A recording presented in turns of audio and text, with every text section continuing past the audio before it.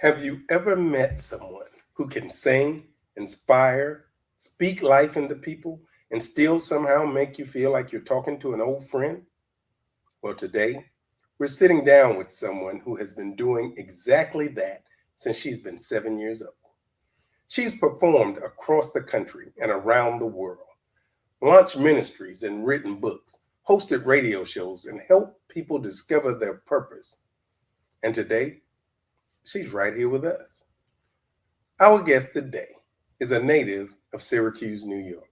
She's a dynamic performer, songwriter, speaker, author, and recording artist, and dedicated to inspiring others to live their best life through faith and purpose.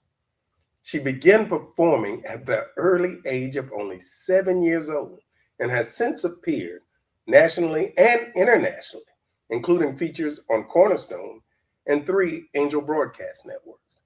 She is the founder of Sound for the Soul Music Ministries and the nonprofit By Your Side Ministries, which supports single young mothers. She has hosted the internet radio show Life Happens, Now What?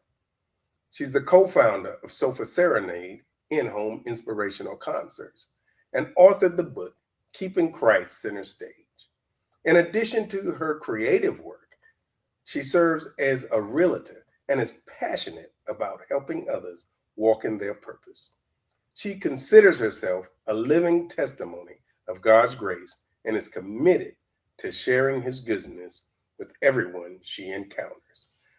Please help me welcome to the stage Miss Angela L. Bryant. Yeah. Feel the world. Yeah. From the highway to the sea, White and Merlin, chasing dreams.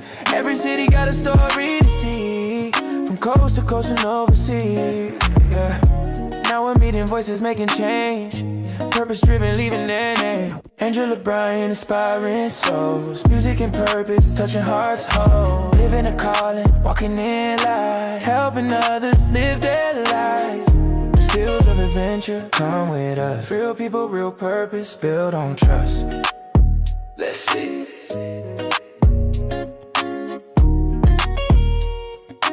You guys look lovely. Thank you. Thank you. Okay, welcome to the show, Miss Angela Bryant. I appreciate you taking time out of your busy schedule to be here with us today. And, we're just looking forward to this. But I wanted to tell you, when we saw you at the Note, that performance, I was pleasantly surprised. I had never heard of Angela L. Bryant. We were on date night, and that's a place we usually go. And when we came in, I was surprised. The chemistry you and that guy had on stage, I thought y'all were actually relatives. You know what I'm saying? Y'all just Might as well be. Yeah. Y'all said y'all were play brothers, but I mean, I was like, that is really good. And the music was first class. And then finding about your foundation and all that good stuff. It was really inspirational. So that's why I said, I got to get her and see if she'll come on the show so we can find out more. But and when I did my research, we got a lot in common. You're an author. I just recently wrote my second book, actually. Congratulations. You're in real estate, and we're real estate investors. Oh, so, wow. Okay. Yeah, there's a lot of links there, but I don't want to prolong it. We're just going to go ahead and do what we came here for, if that's okay. And Miss Angela, you look like a queen. Oh, well, it takes one to know one, right? Recognize one. Yeah, like the wife said, we had a wonderful time listening to you all perform, and it was just our date night, and it was a pleasure meeting you.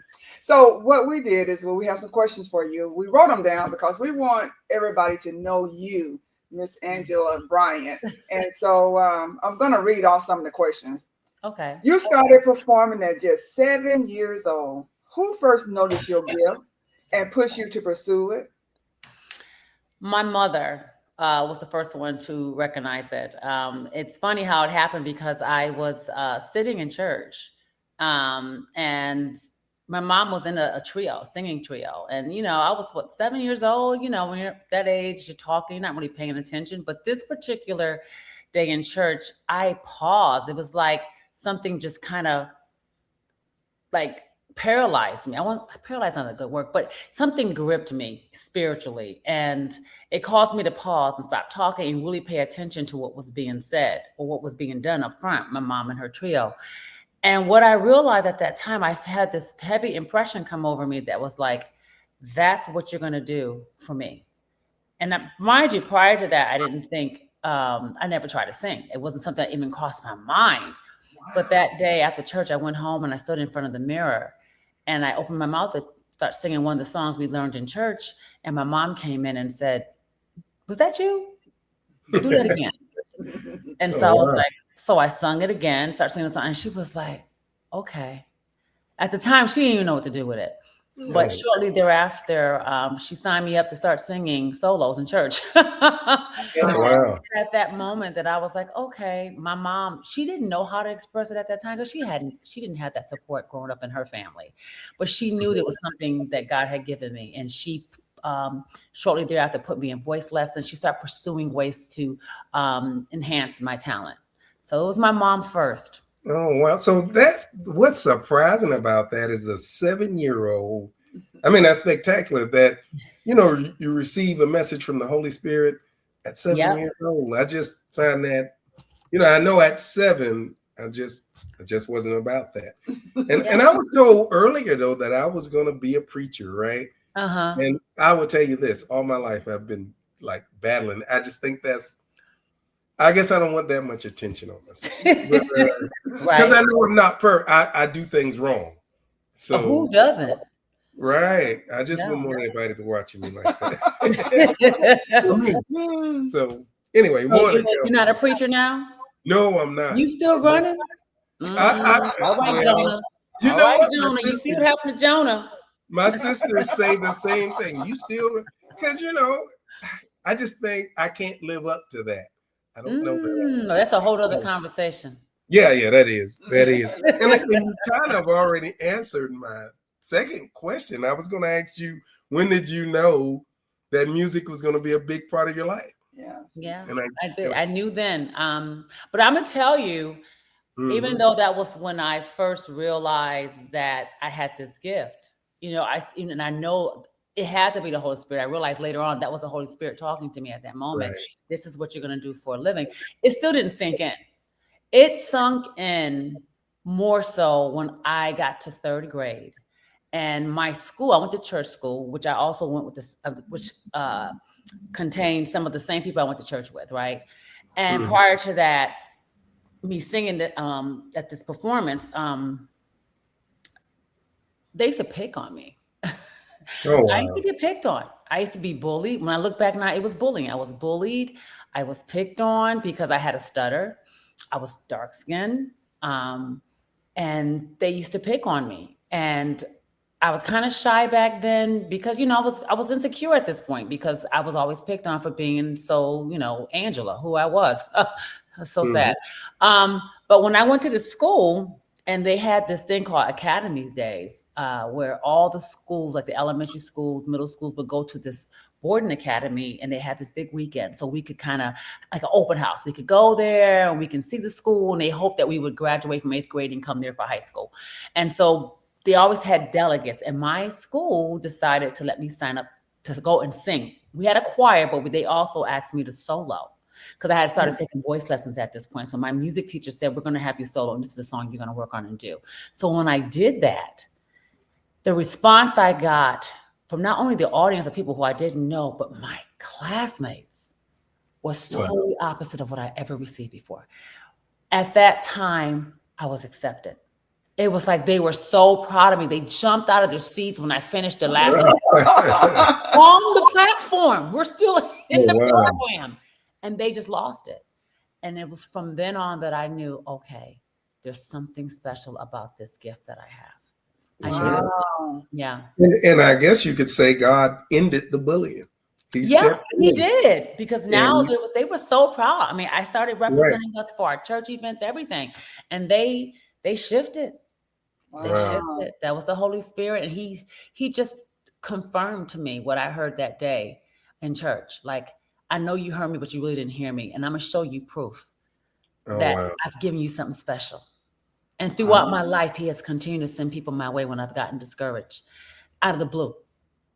Okay. Wow. Mm-hmm. Like you guys. I don't want to start shouting or nothing. We got to keep it calm. Yeah. The testimony. Wow, that's pretty good. Now, you said about the third grade, but when you travel and perform in many places, was there one performance where you truly felt like you were walking in your purpose past the third grade? There was that one I told you about in third grade. And then there was one, and this is kind of weird. This is a private performance. I got to high school and I went to a boarding academy, and me and the dean didn't see eye to eye at all. She was from Texas. She was of a different persuasion, and she didn't care for my leadership ability. That's what I realized. She didn't like the way I shined around all these other people of her persuasion. And so me and her would go tick for tat, and I would hold her accountable because she was doing some things that just wasn't right. And so I always spoke out. That was one thing. That's why I want to be a lawyer, because I want to be the advocate for the underdogs. So I would speak up and speak out, and she didn't like the way I challenged her, all the way up to administration. And anyway, she didn't care for me. But one day I get this call from the dorm, from the church that was on campus, from her to come down to the church. And so because she's authority, I went. She called me, I went. And when I got there, she was sitting in the front. She was sitting in one of the pews in the chapel. And she said, I know we don't get along. She says, but there's one thing I do know. You are gifted in your music. And I just want you to sing for me. And back then I played and sang for myself. So I sat down at the piano and I sang a song. And when I finished, she said, whatever you do, don't let anyone deter you from pursuing that. And I was shocked. Wow. This was a woman that I thought was my enemy. But even in that, it felt like a King David and Saul moment. Mm-hmm. It did. It was like a King David. And that just dropped in my head just now. Right. It was a King David and Saul moment. And once again, I was like, okay, Lord, I hear you. And I'm such a music advocate. I used to be in the band, and I want to learn how to play the piano. That's one of my retirement things. I said I'm going to learn the keyboard. Never too late to learn. Right. Yep. So I'm gonna give it a try. She bought me a keyboard. So well, good. Do it.